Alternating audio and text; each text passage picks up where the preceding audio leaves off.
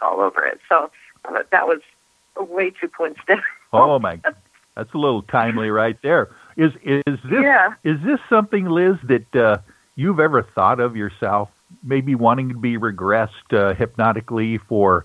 Oh, there's even the purposes of medical healing or pain as well. That would be kind of interesting thing to explore, possibly.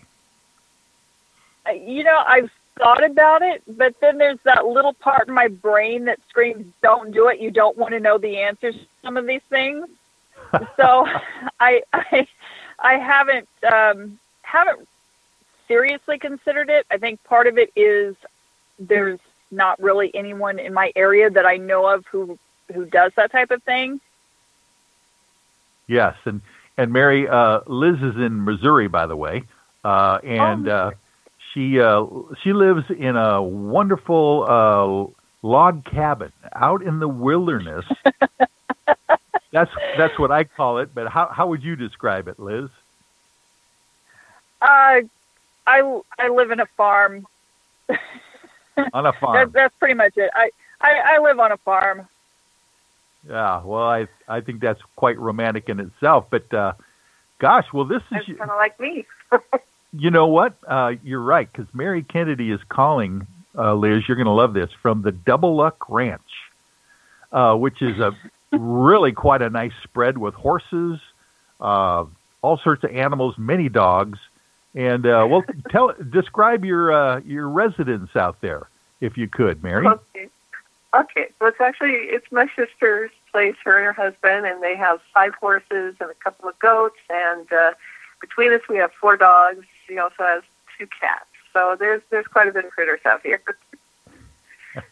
As well as potentially big feet out there as well. Yes, we are in prime Bigfoot country, and we do back up to a tree farm, so there's quite a bit of wilderness around. Very interesting. Well, Liz, this is your opportunity. If you have ever wanted to ask a question to a certified hypnotherapist that's got some experience, you can ask Mary anything you want. I'm not sure what to ask. I've never really thought I would ever meet anyone who had experience like that. So I'm kind of at a loss on what to ask. Oh, that's okay. Oh, but to address your earlier comment about you're really not sure you want to know, that's pretty important. That's a critical piece to the whole process, because a lot of people really don't want to know, or they're not ready to know. They want to know, what's possible as far as regression and memory recovery, but you really have to be very strongly sure that you want to recover those memories, because a lot of the memories, especially during like early adulthood and adolescence, and particularly for women, can be pretty traumatic. So you want to think really carefully about being regressed. And I also counsel people that they should, if they are going to be bringing up these old memories, they should also be in touch with a therapist that will take them seriously if it brings up any kind of anxiety for them that they are not able to easily assimilate. And, we're very lucky here. We have Marcy Clevens, who's very active in the UFO community, and she's a psychotherapist, and she's wonderful. So we're lucky to have her here, and I would hope other areas would have people like that who would take the whole issue of abduction phenomena seriously enough to help people. And, it doesn't help if people say you imagined it all and it doesn't exist. So that's kind of just an aside. It's something to take very seriously before you jump into it. You really want to give it some serious thought. And, when people they kind of kick it around for a while and they talk to other people about what they should do. And then, maybe they're not ready now, but maybe down the road the desire to know the truth outweighs any fear or anxiety they have about finding out that truth. Right. Yeah, I've kind of joked about I must have done something really bad in a past life, or karma has me on the wrong list or something to have everything happen that has happened in my life. So, there's that kind of, I kind of want to know, but at the same time, I don't want to know. Yeah, so at some point the scales will tip in one direction or the other. So there's something to keep in mind. Liz, that just kind of also brings up a question that I just thought of for you. With the 51 book series and all these monsters and Bigfoots and cryptids and things that are these biological experiments from the local military base that this female sheriff has to deal with, are you approached periodically from paranormal groups in your area that would like you to potentially come and speak with them or give you ideas even for your books? I have not had one paranormal group from this area or any other approach me. Because I know that there are definitely some quite active groups in the Missouri area as well. Yeah, I have not had anyone approach me.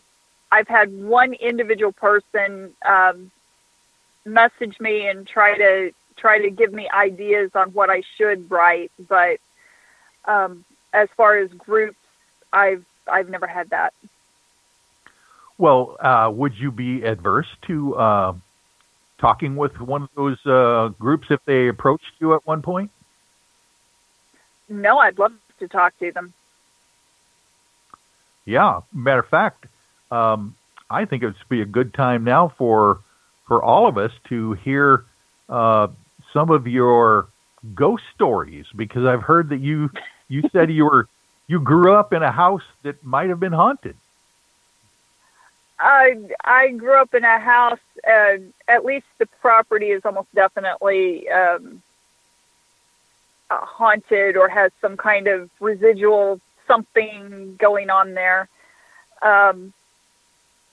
One thing that happened to my parents just after they were married, and being where they lived, it was not uncommon to have people on horseback looking for cattle, or, even riding through your yard occasionally because they'd see, their cow that got out, in your yard. So they'd come through on horseback and get the cow and chase it back into the pasture.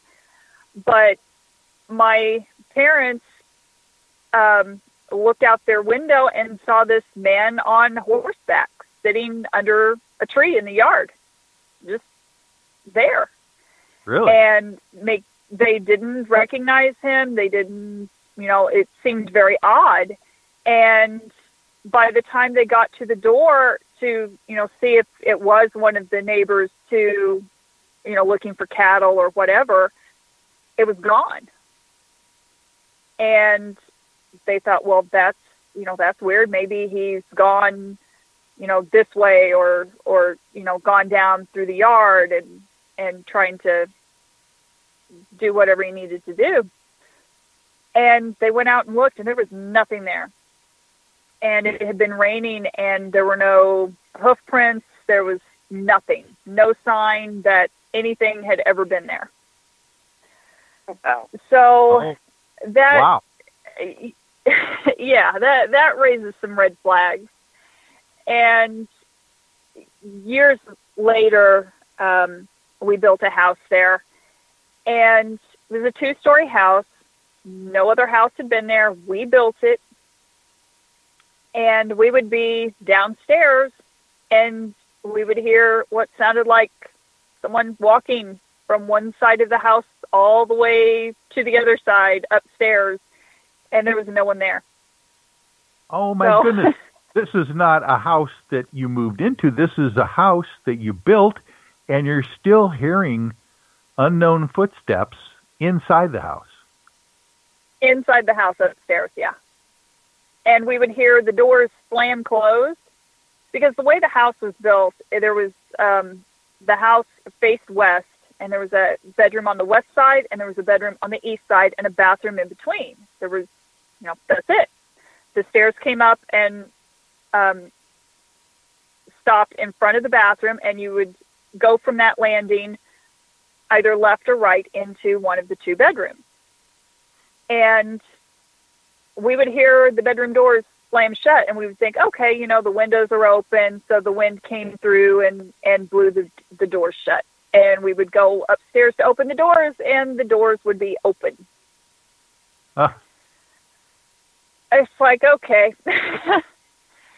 And one thing that I experienced, and I never knew it was not normal because I grew up there, I always saw like a shadow out of the corner of my eye, and it would either be like some, catching a glimpse of someone walking out of the corner of your eye. And I did that my whole life. And we moved, and it stopped. It was like a switch. It just stopped. So that was a big that too. Oh my goodness. But unfortunately, where we moved to also apparently was haunted. Oh, well, tell us about that. So, how old were you at this point when you moved? 18. And then you moved. So, how far away did you move? About 2 miles. Okay. So same general area, but it was, down the road.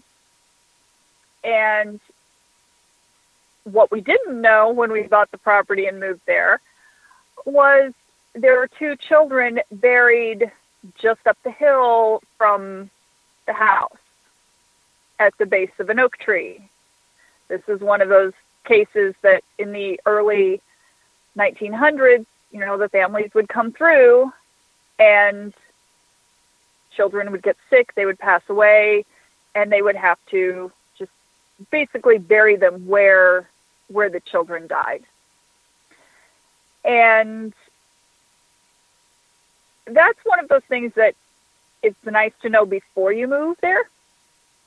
But the only reason it was known was because one of the neighbors who stopped by said, oh, yeah, by the way, there's 2 kids buried up there on the hill, so don't bother that tree with the rocks around it.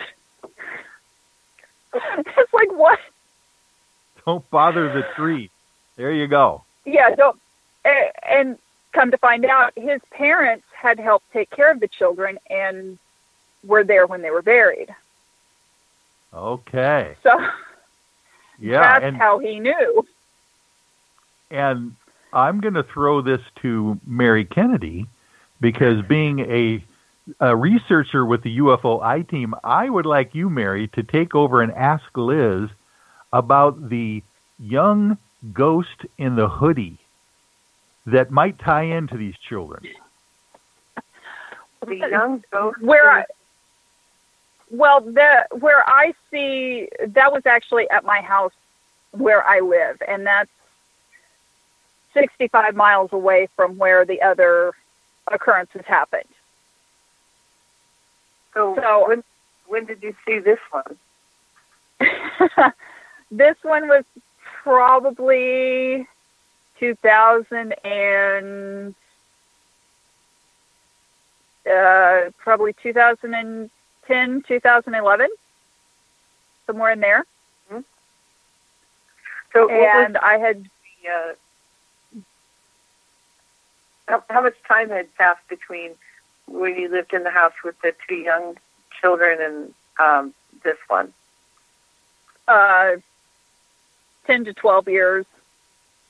So it's been some time, and I really didn't have any experiences anywhere I lived in between the 2 properties. So, okay. Yeah. So where I live now, I had gone out to feed my horse